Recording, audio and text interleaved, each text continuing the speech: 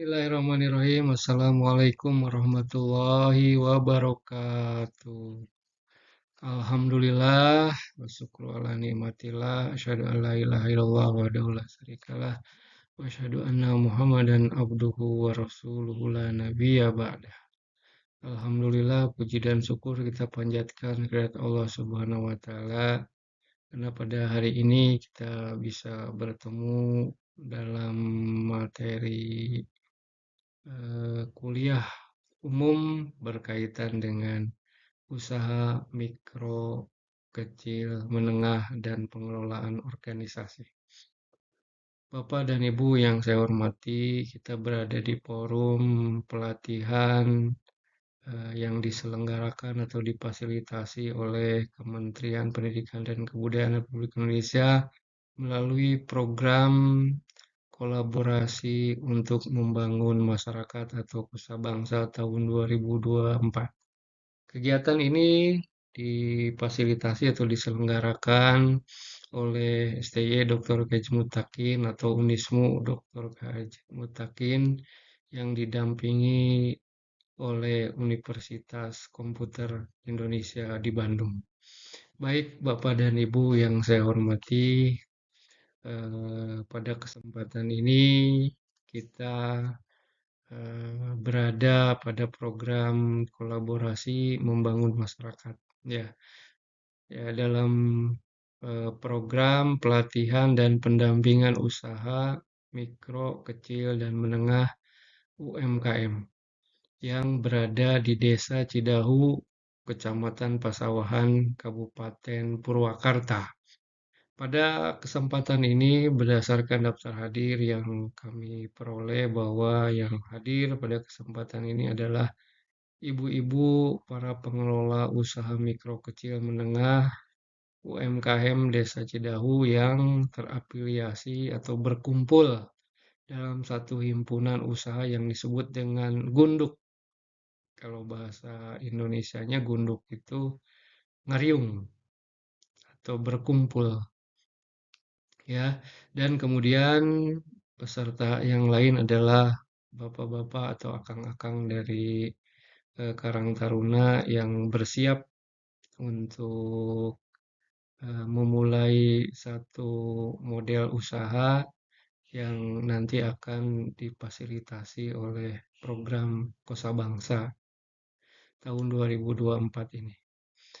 Baik, pada kesempatan yang berbahagia ini, ya, pada program pelatihan kompetensi mitra yang diselenggarakan oleh pelaksana Kosabangsa, materi yang akan saya bawakan adalah pengelolaan sumber daya manusia pada UMKM. Sebelumnya, perkenalkan diri saya Dr. Dedeng Abdul Ghani Amrullah. Bapak dan Ibu bisa mengenal saya dengan sebutan Dedeng saja. Ya, saya dosen di Universitas Islam Dr. K.H. Mutakin yang dulunya STIE Dr. K.H. Mutakin yang juga sekaligus penyelenggara atau pelaksana dari program Kosabangsa 2024 ini. Baik Bapak dan Ibu yang saya hormati, tanpa berkepanjangan, mari kita ulas satu persatu materi pada hari ini. Masalah utama yang akan dibahas pada bagian pendahuluan ini adalah kenapa sumber daya manusia perlu dibahas. Kenapa sumber daya manusia menjadi penting. Nah, ini sebagai kunci dasar. Ya, sebagai kunci ini kalau Bapak dan Ibu lihat di slide ini sukses. Ya, sukses dari sebuah organisasi tidak melihat organisasi itu skalanya kecil, mikro, atau besar, atau sangat besar, multinasional. Salah satu kunci dari kesuksesan dari organisasi itu adalah pengelolaan sumber daya manusia. Ya, salah satu founding father jadi Chrysler mobil di Amerika yang dulu sangat sukses bilang bahwa the only way we can beat the competition is with people. Kalau bahasa Sundanya mah hanya satu-satunya cara atau jalan sebuah organisasi mampu mengatasi persaingan adalah dengan sumber daya manusia yang kompetitif. Saya kira itu. Nah, bagi Bapak dan Ibu atau ibu-ibu pengelola usaha dan akang-akang, bapak-bapak pengelola Karang Taruna, begitulah kira-kira. Kalau organisasi kita ingin kompetitif, bertahan dalam jangka panjang, atau mampu menghasilkan suatu yang luar biasa buat organisasinya, kita memerlukan sumber daya manusia yang baik, sumber daya manusia yang kompetitif nantinya buat perusahaan. Itu, itulah kenapa caranya. Dan banyak hal lain. Semua aspek manajerial seperti produksi, pemasaran, keuangan, terus hal-hal yang lain juga tidak akan lepas dari adanya peran SDM. Nah, yang menjadi masalah bagi organisasi adalah SDM yang seperti apa nantinya yang akan dan harus dikelola oleh perusahaan. Baik, kita lanjutkan. Bahan hari ini, ya, bahan hari ini yang akan kita bicarakan pada kesempatan ini adalah dibagi menjadi beberapa pokok bahasan. Yang pertama, apa itu UMKM? Jadi ini hanya gambaran aja, merepressing. Bapak dan ibu-ibu ini terutama UKM Gondok sebagai pengelola ini sudah kenal karena ini organisasinya. Ini ruang lingkup organisasinya. Kemudian tadi juga sudah dibahas di latar belakang, kita akan bahas tentang apa yang dimaksud dengan manajemen sumber daya manusia. Yang ketiga, yaitu bagaimana manajemen sumber daya manusia yang ada di usaha mikro, kecil, dan menengah. Inilah kira-kira pokok bahasan yang akan kita bicarakan pada hari ini. Baik, kita memulai perbincangan kita dengan apa UMKM. UMKM itu singkatan dari usaha mikro, usaha kecil, dan usaha menengah. Ya, bukan usaha maneh keur maneh seperti istilah yang ada di masyarakat. Baik, kita akan membedakan apa yang dimaksud dengan usaha kecil, apa yang dimaksud usaha mikro, apa yang dimaksud dengan usaha menengah. Kita akan melihat pembatasan dan pembedaan kriteria klasifikasi usaha itu disebut mikro, usaha itu disebut kecil, usaha itu disebut dengan menengah adalah berdasarkan kriteria yang dicantum dalam Undang-Undang Nomor 20 Tahun 2008 tentang usaha mikro, kecil, dan menengah. Baik, Bapak dan Ibu, para pengelola usaha dan Karang Taruna, usaha mikro itu yaitu usaha yang memiliki kekayaan bersih atau aset, ya, dan ini tidak termasuk tanah dan bangunan tempat usaha, hanya aset usaha aja. Yang mikro itu maksimalnya ada 50 juta, ya. Maksimalnya 50 juta ini Bapak dan Ibu yang usahanya masih berskala mikro dengan hasil penjualan atau omset yang tidak melebihi 300 juta. Itu usaha yang disebut dengan usaha mikro. Kemudian yang dimaksud dengan usaha kecil adalah usaha yang dikelola yang memiliki aset antara 50 juta sampai dengan 500 juta. Itu yang disebut dengan usaha kecil dengan omset atau hasil penjualan atau perputaran keuangannya antara 300 juta sampai 2,5 miliar.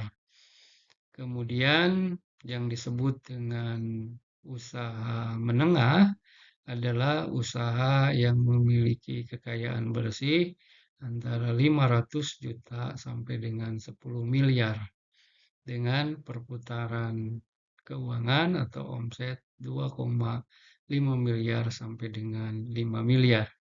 Nah, itulah yang disebut dengan klasifikasi UMKM menurut Undang-Undang Nomor 20 Tahun 2008. Nah, kriteria yang lain adalah usaha kecil berdasarkan dengan ya berdasarkan dengan apa namanya jumlah tenaga kerja yang terserap di dalam usahanya. Usaha kecil itu yang memiliki tenaga kerja antara 5 sampai dengan 19 orang. Itu usaha kecil. Kalau usaha mikro gimana? Ya berarti kurang dari 5 lah, kurang lebih begitu. Atau kurang dari 10, kurang dari 5, itu namanya usaha mikro. Kemudian yang disebut dengan usaha menengah adalah usaha yang dikerjakan atau memiliki tenaga kerja antara 20 orang sampai dengan 99 orang ya atau kurang dari 100 orang itu pada kategori usaha menengah. Dan selebihnya ya di atas 5 miliar, kemudian tenaga kerjanya 90 ke 100 orang lebih, usahanya asetnya di atas 10 miliar itu dikategorikan sebagai usaha besar. Dan kita tidak akan membahas itu. Yang kita bahas adalah usaha mikro, kecil, dan menengah. Ibu-ibu para pengelola usaha dan pimpinan atau pengurus Karang Taruna Desa Cidahu. Nah, ini kita akan bicarakan tentang fase-fase usaha. Jadi bagaimana orang akan membuat atau bekerja atau memulai usaha itu pasti ada fasenya. Ada tahapan-tahapannya. Ini satu usaha sampai dengan bisa sukses. Ini biasanya seperti apa? Ya, fase awal dari usaha itu disebut dengan fase kelahiran. Maturity lah kalau bahasa kerennya mah. Bahasa kelahiran ini biasanya dimulai dari mana? Dimulai dari adanya kebutuhan. Satu usaha itu biasanya dimulai dari upaya yang dilakukan para penemunya atau founding father bahasanya, bahasa keren itu biasanya dimulai dari karena adanya kebutuhan. Kebutuhan apa ya? Kebutuhan berkaitan dengan kehidupan. Misalnya untuk makan, untuk anak sekolah, dan lain-lain itu namanya kebutuhan. Alasan yang kedua, kenapa usaha ini dimulai atau orang-orang memulai usaha adalah karena bertahan hidup. Nah, ini yang kemarin sangat banyak sekali waktu zaman 2019-2020 COVID itu, Bapak dan Ibu. Kebanyakan perusahaan besar yang jadi karyawan banyak di PHK dan lain-lain. Maka salah satu alasan kenapa harus memulai usaha adalah bertahan hidup, Bapak dan Ibu. Maksudnya apa? Mengalihkan yang tadinya karyawan, kemudian beralih memiliki usaha dan mendirikan usaha untuk bertahan hidup. Ya, ada juga orang yang memiliki usaha karena hobi. Boleh nggak? Boleh. Hobi misalnya hobi olahraga, kemudian dia menciptakan alat olahraga atau menjual alat olahraga. Ya. Kemudian alasan yang ketiga biasanya orang mampu mendirikan usaha atau mendirikan usaha karena kemampuannya dalam mengambil resiko. Usaha itu penuh dengan resiko, walaupun resikonya resiko moderat atau resiko yang tengah-tengah. Jadi tidak mengambil resiko yang luar biasa, tapi resiko yang biasa. Yang masih logis resikonya. Resiko yang masih kepikir, dan lain-lain. Kenapa seperti itu? Tadi bayangin aja kalau di PHK punya uang juta-juta, ini uang mau digunakan apa? Ada resiko di situ. Uang dijadikan untuk modal, ada risiko rugi, ya. Dan hanya orang-orang yang mampu mengambil resiko itu yang kemudian menjalankan satu usaha, ya. Kemudian, kalau misalnya di fase awal kelahiran dari usaha itu sudah ada, maka kemudian perusahaan itu bergeser atau masuk ke fase kewirausahaan, startup gitu, ya kan? Memulai usaha, kemudian ada produk-produk yang bisa dihasilkan, produk dalam artian produk barang atau jasa, atau lain-lain yang berbentuk transportasi atau penjualan, nah itu namanya adalah produksi.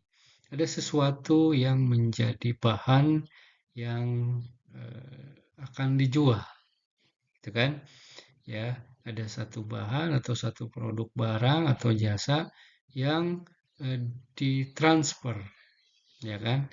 Yang diberikan kepada konsumen, ya kan, yang diberikan kepada konsumen. Intinya adalah seperti itu.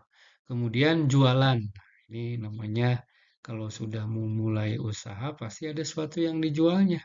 Ada produk, barang atau produk jasa, ini loh yang ditransfer. Mulai jadi transfer dari produksi kepada konsumen. Dari produsen atau pengusahanya ini sebagai produsen langsung kepada konsumennya atau dari produsen kepada penyalur dan konsumennya. Nah, kewirausahaan juga adalah orang atau di tahapan ini usaha yang kemudian mampu mengelola peluang. Apa yang dimaksud peluang ini? Yaitu kesempatan yang datang dari luar pemikirannya atau dari luar kondisinya. Ini yang namanya peluang. Ya, opportunity lah kalau bahasa mahasiswanya itu, ya kan. Jadi, oh ini ada apa ini?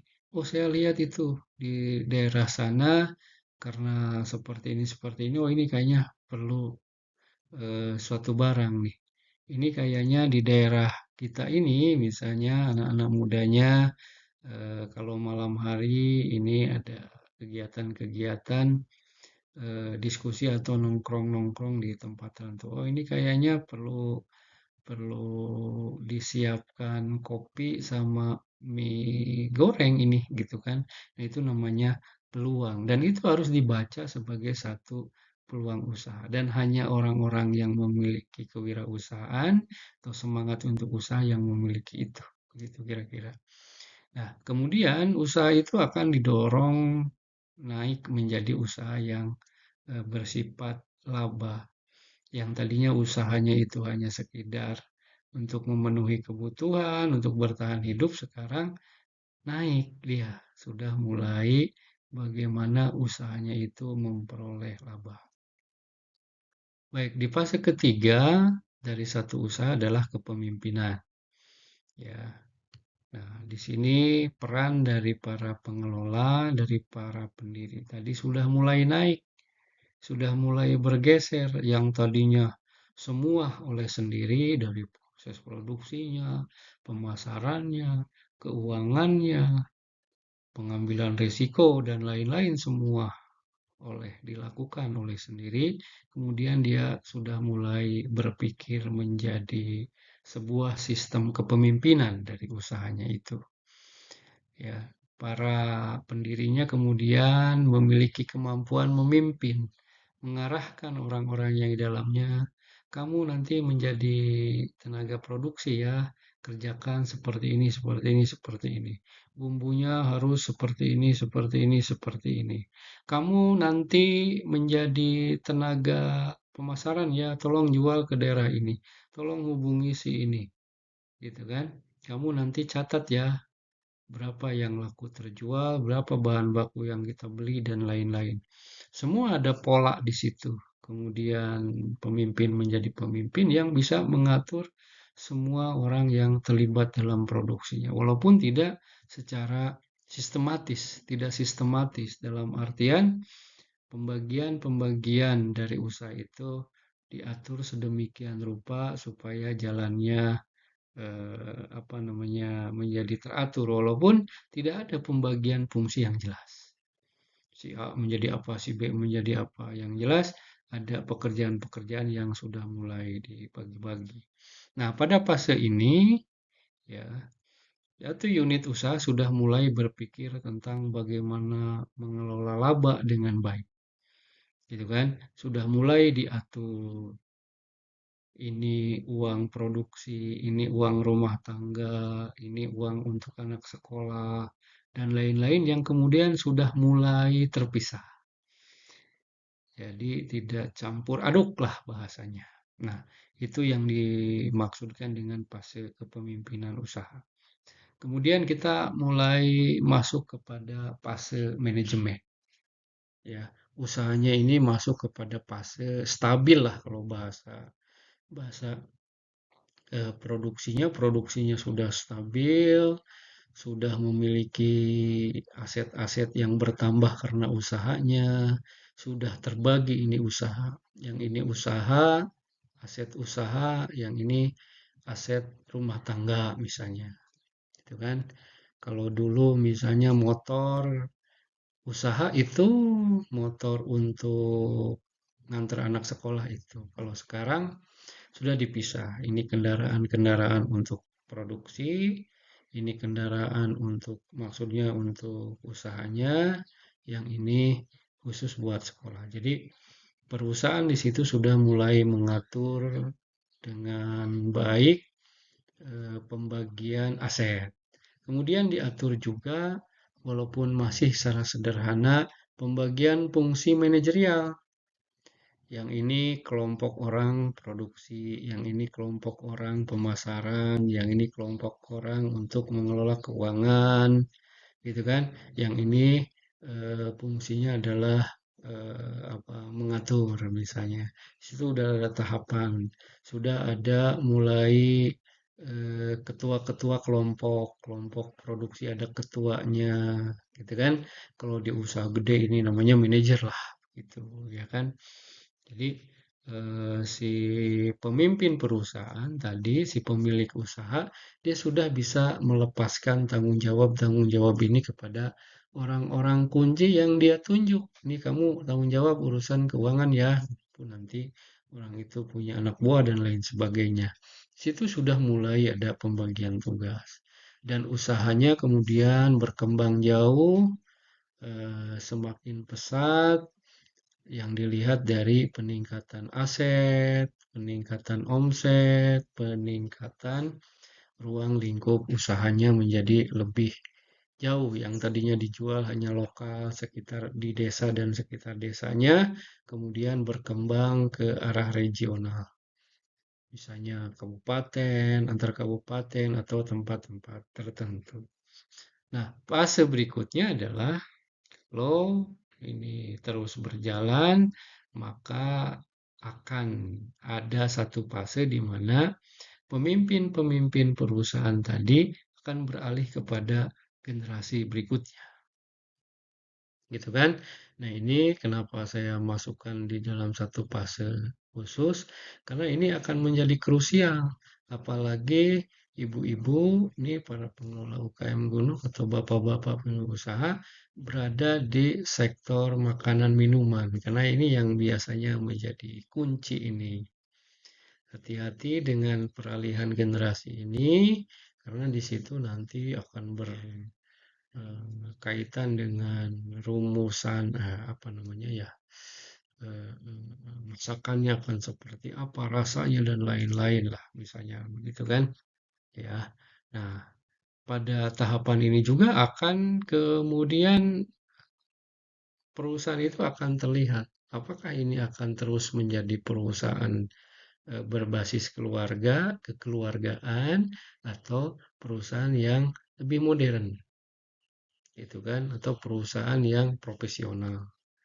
Nah, maksud keluarga kayak gimana? Ya terus aja yang dikelolanya dengan model keluarga, model apa adanya seperti model keluarga atau perusahaan yang modern yang para pendiri dan pengelolanya hanya atau bersifat seperti apa namanya ya, seperti pemilik modal, tinggal nunggu hasilnya aja. Nah, kira-kira seperti itu yang dimaksud dengan fase usaha. Baik, Bapak dan eh, Ibu-ibu para pengelola usaha, kita lanjutkan ke slide berikutnya. Yang ini berkaitan dengan kita ini ada di mana. Nah, gitu ya kalau tadi pada usaha. Kalau UMKM startup mulai dari mana? Nah, itu tadi fasenya adalah fase awal. Kita kembali lagi ya. Itu dulu ini. Ya, ada fase awal tadi, fase pendirian. Nah, coba kita bahas sekarang adalah lingkungan yang mempunyai UKM. Bapak-bapak dan ibu-ibu para pengelola UKM ini, ibu-ibu gunduk ini terutama ya. Jadi kalau memulai usaha itu apa sih yang harus kita perhatikan, gitu kan? Selain usaha kita, nih lihat ke dalam saya pemiliknya, siapa yang ngelola ininya, siapa yang ngelola itu namanya UKM-nya, lingkungan internal namanya. Nah, selain melihat lingkungan internal juga perlu diperhatikan adanya lingkungan eksternal. Siapa aja yang mempengaruhi maju dan mundurnya sebuah usaha. Ya, yang pertama yang kita harus perhatikan adalah konsumen. Ya, ibu-ibu nih pengelola UKM Gunung, jangan lupa ya semua ini buat bapak-bapak juga nanti akan usaha. Yang namanya usaha itu dimulai dari dimulai dari eh, kita memiliki konsumen. Ya, siapa yang akan mengkonsumsi barang atau jasa yang kita hasilkan? Siapa? Nah, gitu kan? Itu namanya adalah konsumen. Ya, orang-orang atau sekelompok orang yang mengkonsumsi produk akhir dari barang dan jasa yang kita hasilkan. Nah, konsumen ini punya kebiasaan, ya, punya kebiasaan, dia akan melihat kenapa harus memilih atau tidak memilih produk barang atau jasa yang kita hasilkan. Ini karena apa? Ya kan? Yang pertama, karena barang yang kita hasilkan punya kualitas yang terbaik dibanding dengan produk orang lain. Kalau bahasa kerennya di mahasiswa namanya value, nilai. Jadi barang yang kita hasilkan ini punya nilai yang lebih, yang berbeda dibanding dengan apa namanya barang dari produk yang lain. Kalau kita menghasilkan keripik, kenapa orang harus beli keripik kita? Oh, karena keripik kita dihasilkan dari singkong yang berbeda, misalnya begitu kan? Ya, bentuknya lebih tipis-tipis, rasanya renyah dengan eh, eh, apa namanya rasa yang berbeda dengan keripik yang punya orang lain. Nah, kurang lebih begitulah. Ya, kemudian perusahaan kita juga memiliki pembeda dalam sisi harga. Harga adalah menjadi satu pembeda. Ya, ya. Kenapa orang membeli produk kita? Bisa jadi karena produk kita lebih murah dibanding dengan orang lain. Yang ketiga, Bapak dan Ibu bisa punya model yang berbeda. Misalnya kalau bahasanya keripik sampe, wah ini bedanya apa? Keripik sampe saya ini ada variasi warna yang luar biasa. Warna, variasi produk yang luar biasa. Ada rasa coklat, ada rasa stroberi, ada rasa original dan macam-macam. Ya, atau bisa jadi ukuran. Kalau misalnya rata-rata ukurannya segede ini, kita bikin yang seperti apa, misalnya begitu kan? Nah, itu kira-kira yang kemungkinan akan dipilih oleh para konsumen. Kemudian kita juga bisa menjadi beda karena ada edisi-edisi limit. Nah, ini biasanya produknya produk barang non makanan yang seperti apa kayak baju, baju itu dibuatnya tidak massal, ya, hanya satu untuk satu, saya begitu kan. Kemudian metode metode apa namanya, penjualan lah bahasa sederhananya, gimana cara orang memperoleh produk kita, apa dikirim ke rumah langsung, apakah melalui apa namanya, melalui agen dan lain-lain.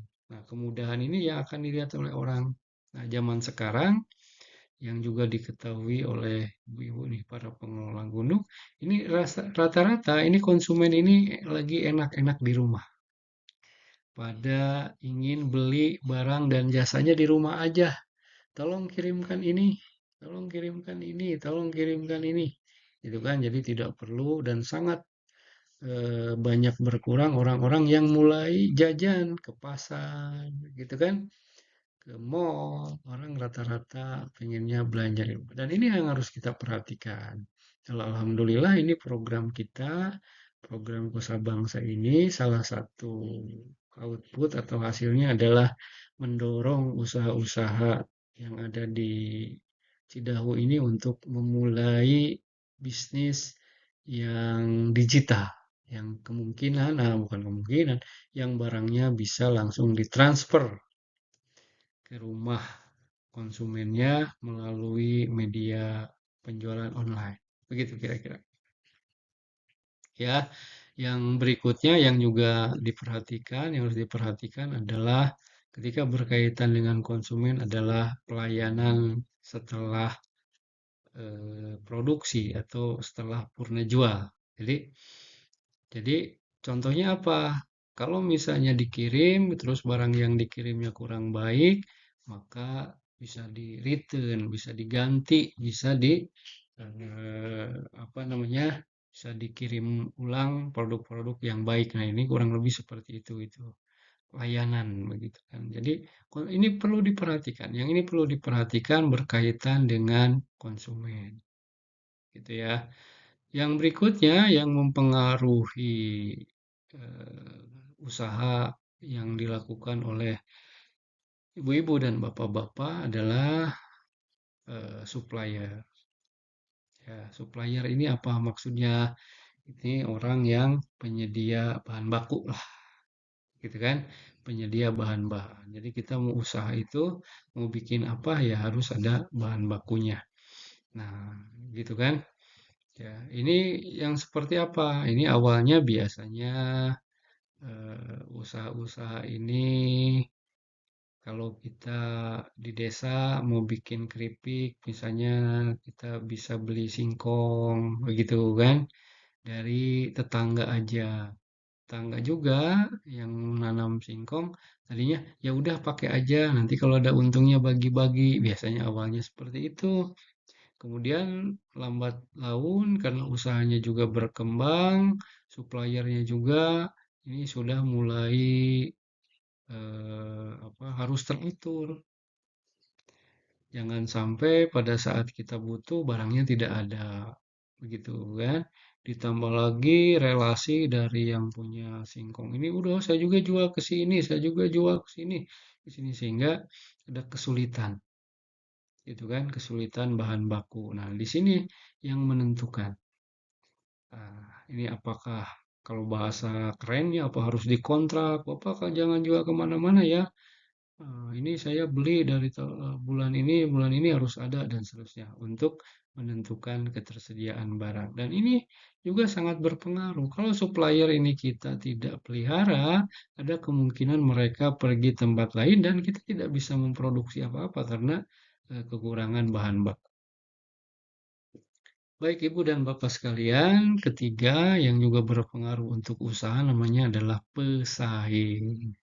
Jangan lupa bahwa kita usaha itu tidak sendiri. Produk apapun yang kita hasilkan, kita bukan satu-satunya.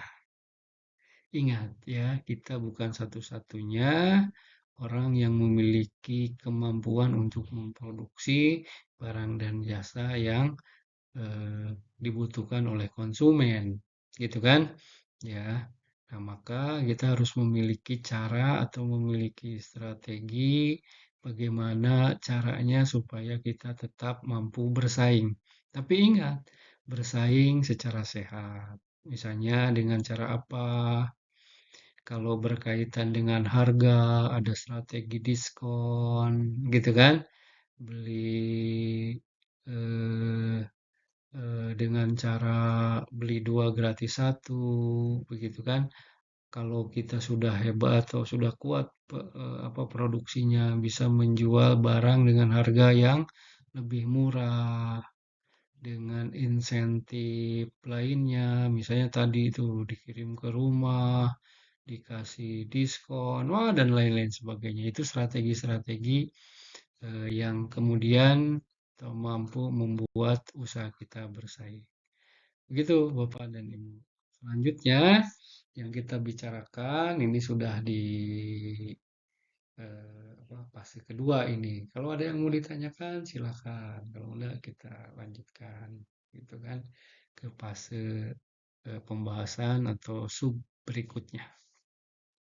Ya, baik. Ya, kalau ini sambil ditanyakan langsung aja.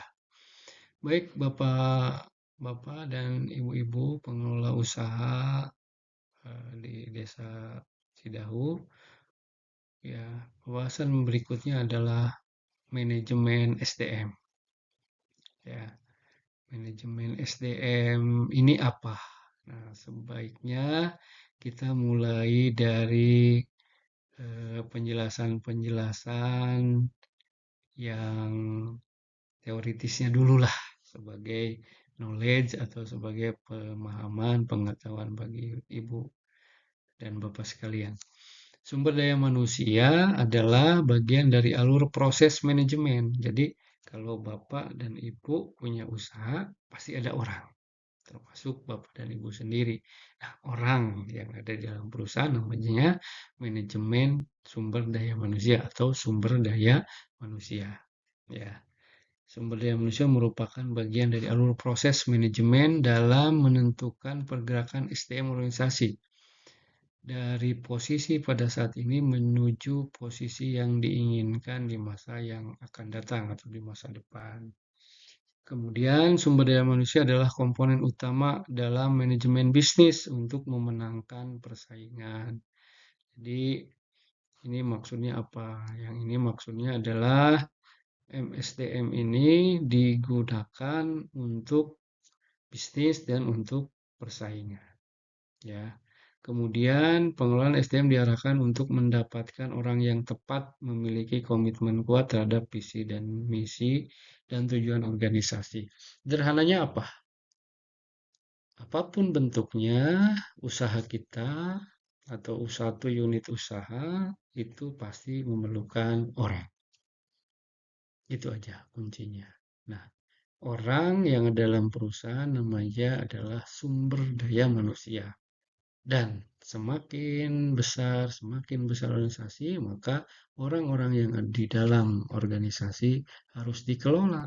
Nah, mengelola orang dalam organisasi itu disebut dengan manajemen sumber daya manusia.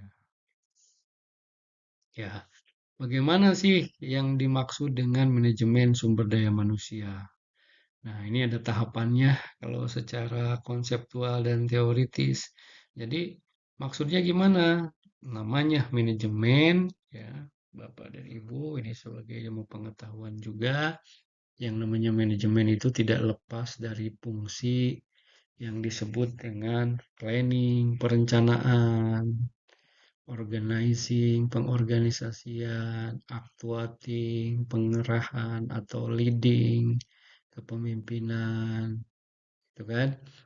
Ya, dan controlling. Nah, itu namanya manajemen. Artinya apa? Kalau kita ngomongin SDM juga sama, ada perencanaan SDM, ada pembagian tugas dan fungsi yang disebut dengan organizing, ada pengerahan, bagaimana mereka digerakkan di dalam pemenuhan standar kerja dan kemudian bagaimana mereka di apa namanya dievaluasi, dikontrol bagaimana pekerjaannya.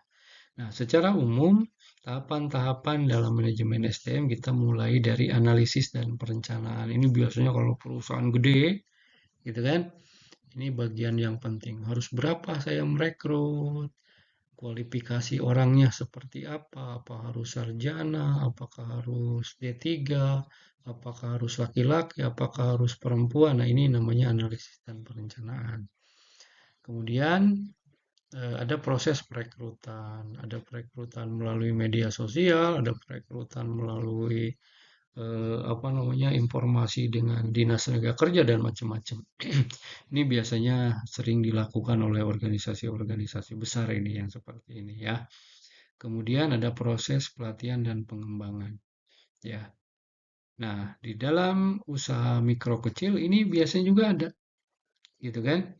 Perekrutan biasanya hanya sederhana, analisis perencanaan juga sederhana, perekrutan juga dilakukan sederhana, hanya orang-orang dekat, hanya lingkur keluarga, tidak perlu adanya seleksi yang luar biasa dan lain-lain.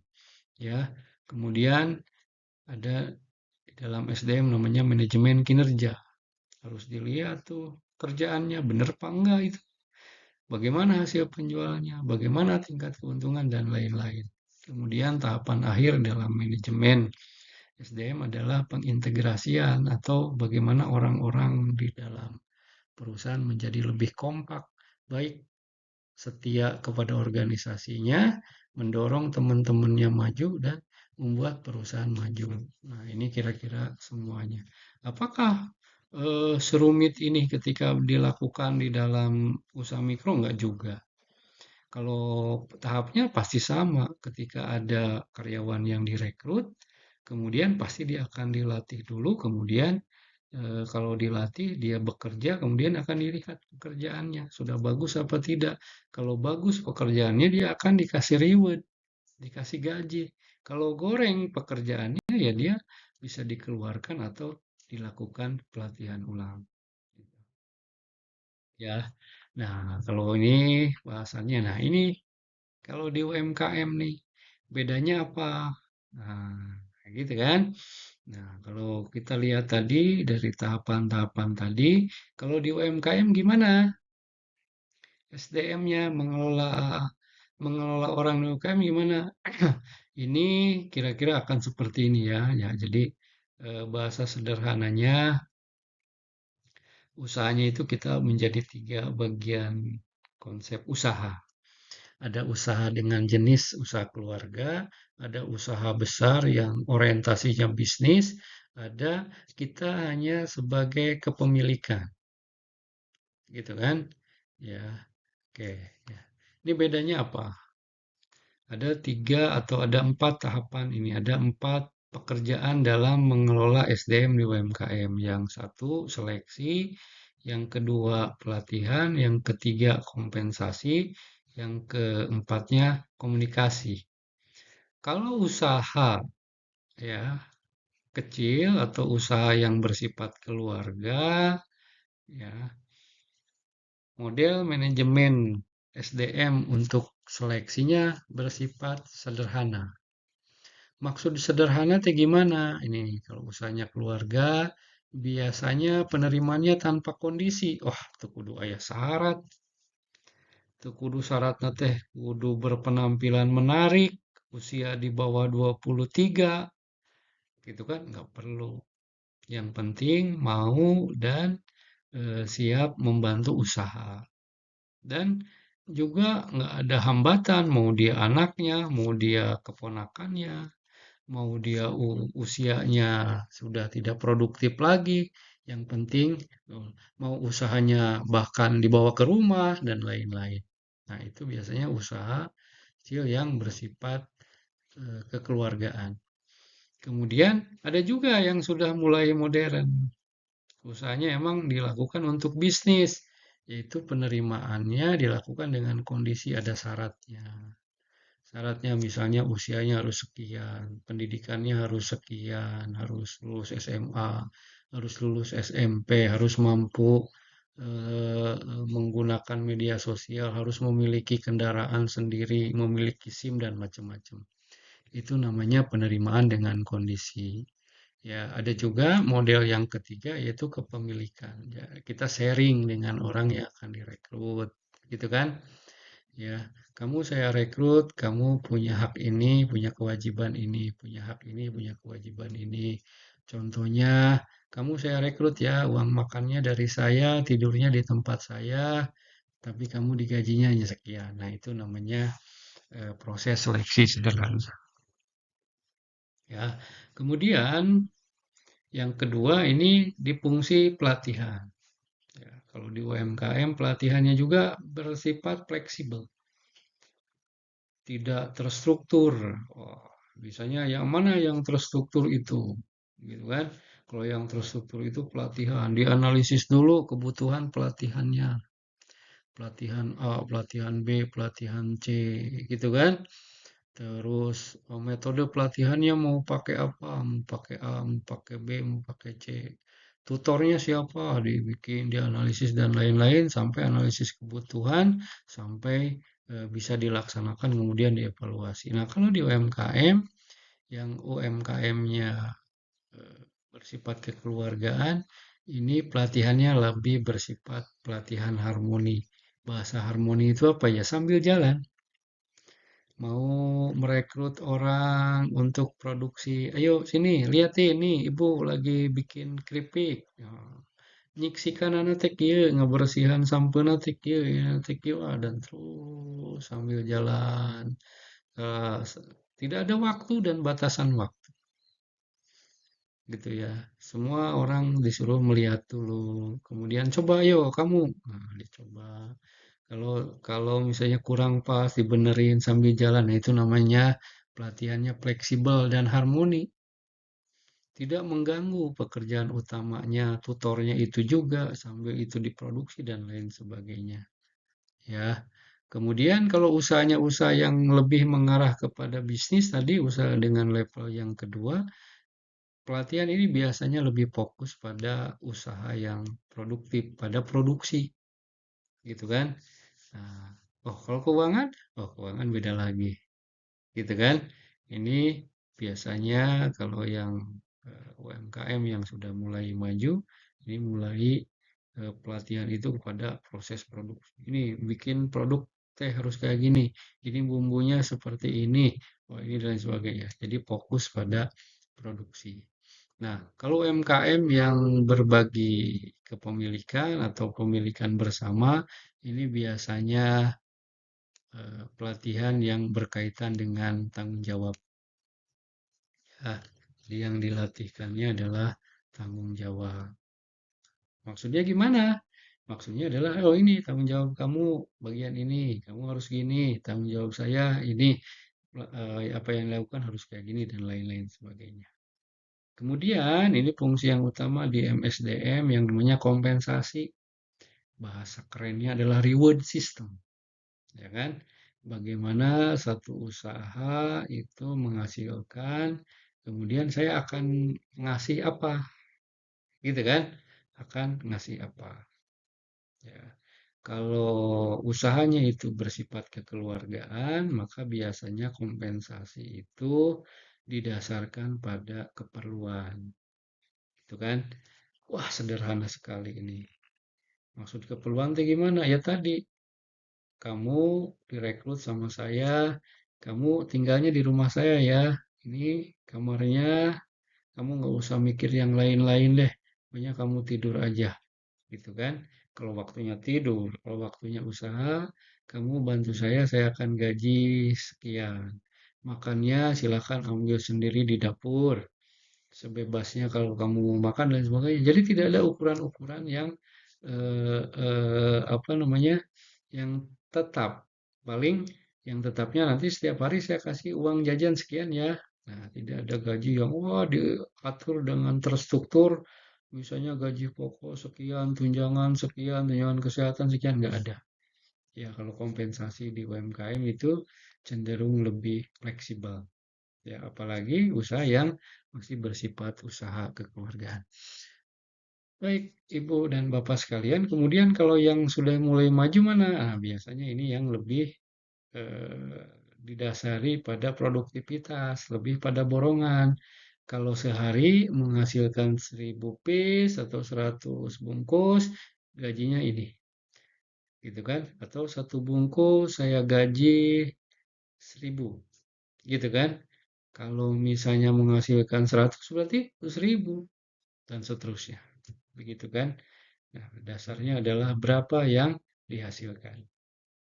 Kemudian kalau yang eh, perusahaan dengan model sharing kepemilikan, apa yang diambil dan apa yang ditinggalkan. Maksudnya mana yang diperlukan, mana yang ditinggal. Berapa uang yang bisa digunakan bersama, berapa uang yang akan digunakan untuk modal berikutnya. Ya, kemudian di dalam fungsi MSDM di UMKM yang lain yang menjadi pembeda dengan usaha yang lain adalah komunikasi. Pola komunikasi di usaha kecil menengah dengan pola keluargaan ini lebih cenderung pada kesetaraan. Tidak ada itu.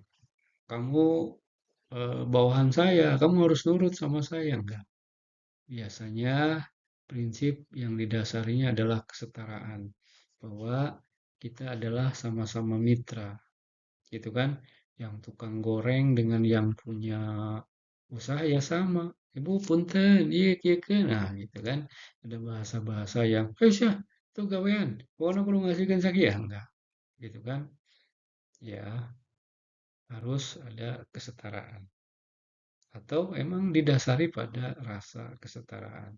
Nah, kalau usahanya udah mulai maju dengan orientasi bisnis, biasanya, nah ini sudah mulai ada perbedaan. Perbedaannya gimana? Nah, ada yang nyuruhnya, ada yang mengarahkannya, ada yang mengerjakannya. Gitu kan? Beda. Kudu, coba ini seperti ini. Ini kerjakan minyak gorengnya harus panas dong, dan lain-lain itu biasanya udah bisnis. Nah, kalau usaha dengan model sharing kepemilikan, kadang-kadang bisa setara dan kadang-kadang tidak setara. Begitu kira-kira ya.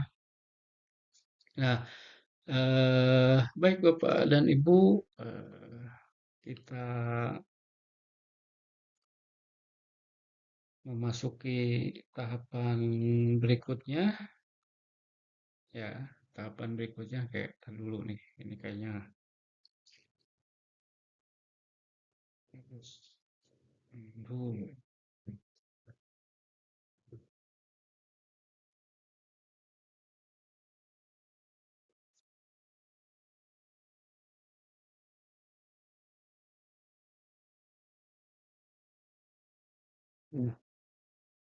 Oke, kita berbicara tentang bagaimana orang, ya kan, yang sudah ada di dalam usaha kita, ya, udah orang yang sudah ada usaha kita, orang itu teh harus seperti apa?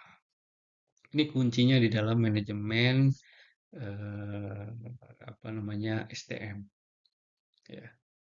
Orang yang ada dalam perusahaan, apapun fungsi dan tugasnya, orang itu harus punya kompetensi. Ya, bahasanya ya mesti diingat-ingat. Kompetensi. Apa yang dimaksud dengan kompetensi? Kompetensi itu namanya atau bahasa kitanya adalah kemampuan. Ya, jadi kita membuat orang masuk ke perusahaan kita, dikerjakan menjadi karyawan kita adalah orang-orang yang memiliki kemampuan. Nah, pertanyaan pertama yang dimaksud dengan kemampuan teh apa? Sederhananya, kemampuan dari seseorang yang disebut dengan SDM organisasi itu adalah orang yang memiliki tiga ini, tiga komponen. Komponennya apa aja, Kak? Ya, ini ingat-ingat Bapak dan Ibu, yang dimaksud dengan orang pengetahuan itu orang yang memiliki KT apa? Bahasa keren ini, bahasa Inggris. Artinya adalah knowledge, orang yang memiliki pengetahuan, orang yang tahu. Nah, gitu kan? Orang yang tahu, kemudian orang yang S itu apa? Singkatan dari skill. Skill itu apa? Keahlian. Orang yang mau tahu juga ahli. gitu kan? Juga bisa. Yang A-nya attitude namanya, perilaku. Orangnya tahu, bisa melakukan, dan benar dalam melakukannya. Attitude namanya. Semangat, gitu kan? Pantang menyerah itu attitude. Ya, jadi orang yang memiliki kemampuan adalah orang yang menggunakan pengetahuannya dan keahliannya untuk melakukan sesuatu. Itu namanya kemampuan. Gitu, Bapak dan Ibu ya. Ini kuncinya dulu ini, bagaimana meningkatkan kemampuan SDM. Nah, ini yang jadi masalah, gitu kan? Nih, knowledge ini berubah terus. Skill juga harus ditambah. Attitude juga harus dilakukan perubahan. Ayah jelema teh bisa, tapi lalu les, gitu kan? Rada males. Ada orang teh rajin banget, tapi skillnya kurang. Nah, ini harus dirubah. Inilah peran dan fungsi dari ibu-ibu dan bapak-bapak sekalian ketika punya usaha. Bagaimana orang ini rajin, pinter, cekatan. Wah, gitu kan. Nah, gitu kan. Yang diinginkan itu kayak gini, adaptif. Ya, ini yang diinginkan. Adaptif itu apa? Sesuai dengan keinginan. Mampu berubah seperti yang diinginkan. Kemudian kreatif, berpikirnya pengen melakukan sesuatu yang berbeda, inovatif, memiliki kemampuan untuk melakukan perubahan, gitu kan? Ya, nah ini kemampuan ya. Jadi kita balik lagi yang disebut sumber daya yang memiliki kemampuan adalah orang yang memiliki kemampuan kombinasi dari knowledge, skill, dan attitude. Nah itu kemampuannya saat ini. Nah, dan ini harus disesuaikan. Kalau lingkungan sudah berubah, maka harus ada upaya bagaimana melakukan peningkatan kemampuan melalui pelatihan-pelatihan. Dan ini saya sangat apresiatif dengan perencanaan Kosa Bangsa ini yang dimaksudkan salah satunya seperti ini. Ibu dan Bapak dilatih lagi knowledge-nya, diajarin lagi cara ngelola keuangan, cara ngelola pemasaran, cara mengelola produksi, wah dan lain-lain. Itu namanya peningkatan knowledge gitu kan. Ditambah lagi skillnya ditambah. Nanti ada alat-alat baru diberi pemahaman dengan cara mengelola alat-alat baru itu namanya penyesuaian dengan tuntutan kekinian. Sehingga nanti outputnya tuh Bapak dan Ibu sekalian bisa menjadi orang-orang yang adaptif, kreatif, dan inovatif. Ya kan? Ya. Nah, tadi yang saya jelaskan di awal, ada 3 aspek penting dari kompetensi, ya, kemampuan itu, yaitu aspek knowledge, aspek skill, dan aspek sikap, attitude. Ini sudah tadi sudah saya omongin. Baik, ya, yang mana? Nah, kita uraikan satu-satu ini, ya. Jadi saya contohkan produknya seperti ini, ya kan. Aspek pengetahuan. Aspek pengetahuan itu terdiri satu memahami secara mendalam produknya. Jadi produk harus diketahui, gitu kan? Ya, jadi harus memahami produknya, pengetahuan tentang produk, bagaimana desainnya, gitu kan? Bagaimana desain produknya, bagaimana eh, apa kemasannya, apa manfaat dari produk itu harus tahu. Semua yang terlibat di dalam usaha, walaupun oh saya mau bagian keuangan, saya mah teu apal tah, kos kumaha sana, nggak boleh seperti itu. Semua orang yang terlibat dalam usaha harus memahami secara mendalam tentang produk yang dihasilkan perusahaan. Oh, kos kumaha mutuna, kos kumaha layanan penajualnya, ini harus tahu gitu kan. Yang kedua, harus mengetahui perbedaannya dengan produk orang lain, produk para pesaing. Bagaimana tingkat kualitasnya, bagaimana pesaing membuat kebijakan harga, bagaimana melakukan insentif terhadap pembeli. Ini kita harus tahu pesaing berbuat seperti apa, kita juga membuat seperti apa. gitu kan? Kemudian memahami sifat-sifat konsumen. Nah, gitu kan? Jadi setiap orang yang terlibat di perusahaan harus juga mengetahui tentang sifat-sifat konsumen. Biasanya lamun konsumen pendiam kudu kumaha. Sifat-sifat konsumen teh aya nu pemalu, alim, ngobrol, ningalikeun, misalnya gitu kan. Mana milih sorangan, ditanya cicing, gitu kan. Nah, ini berarti perusahaan kita atau karyawan kita yang harus lebih aktif ngejelasin ini produk ini apa, fungsinya apa, kualitasnya seperti apa, gitu kan.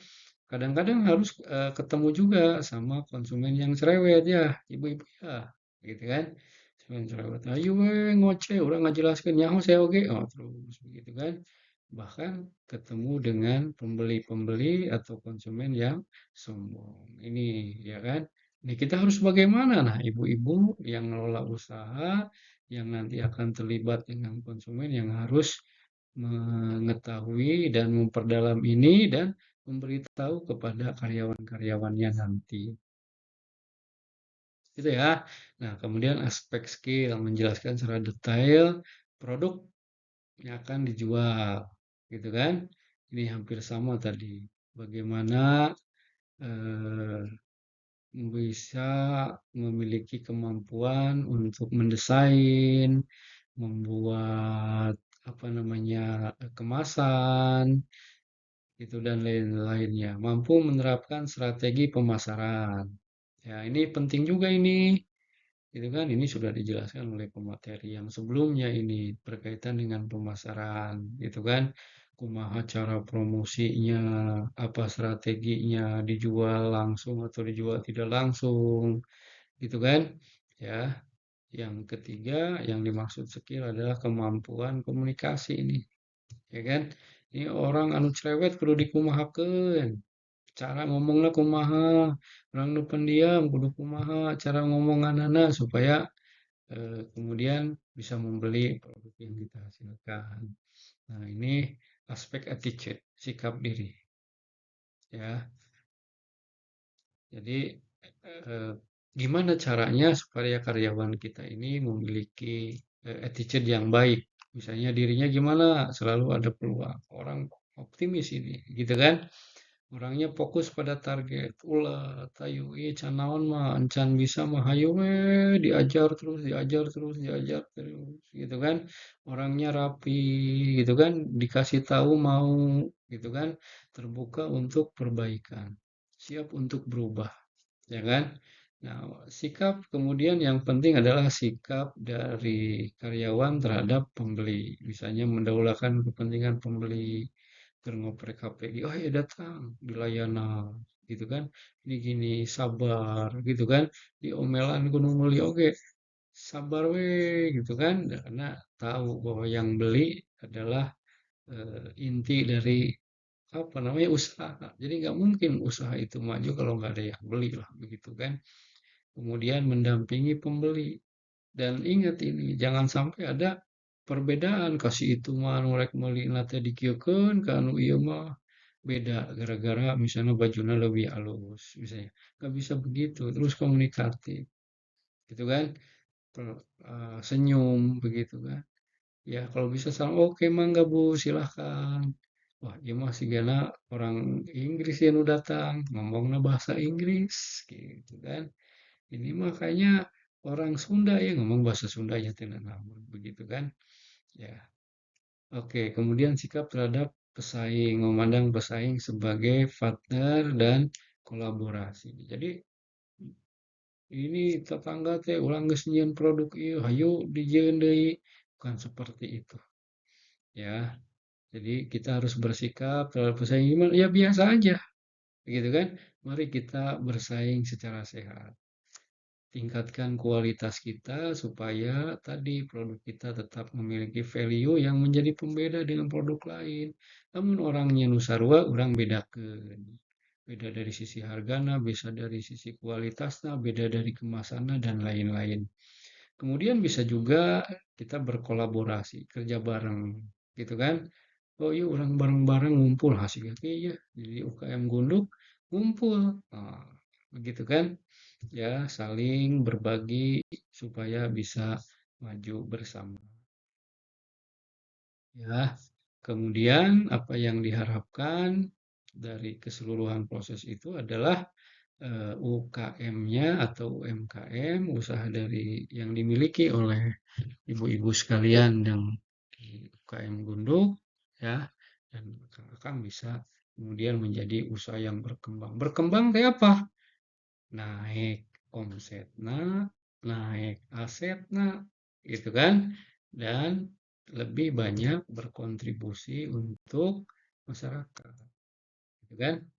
Nah, saya kira itu yang bisa saya sampaikan berkaitan dengan materi pelatihan aspek MSDM dalam organisasi usaha mikro, kecil, dan menengah. Terima kasih saya sampaikan kepada fasilitator yang memberi kita dana, Direktorat Riset dan Pengabdian Masyarakat, Kementerian Pendidikan dan Kebudayaan Republik Indonesia, STY Dr. Gaji Mutakin atau Universitas Islam Dr. Gaji Mutakin, Bapak-bapak dan Ibu dari Universitas Komputer, Bapak-bapak pimpinan desa Cidahu, Kecamatan Pasawahan, Kabupaten Purwakarta, ibu-ibu yang tergabung di UMKM Gunduk, Desa Cidahu, Kang Akang, Bapak-bapak Karang Taruna, dan semua panitia yang terlibat dalam kegiatan ini. Terima kasih, semoga apa yang saya sampaikan memperoleh manfaatnya. Terima kasih, Alhamdulillah. Assalamualaikum warahmatullahi wabarakatuh.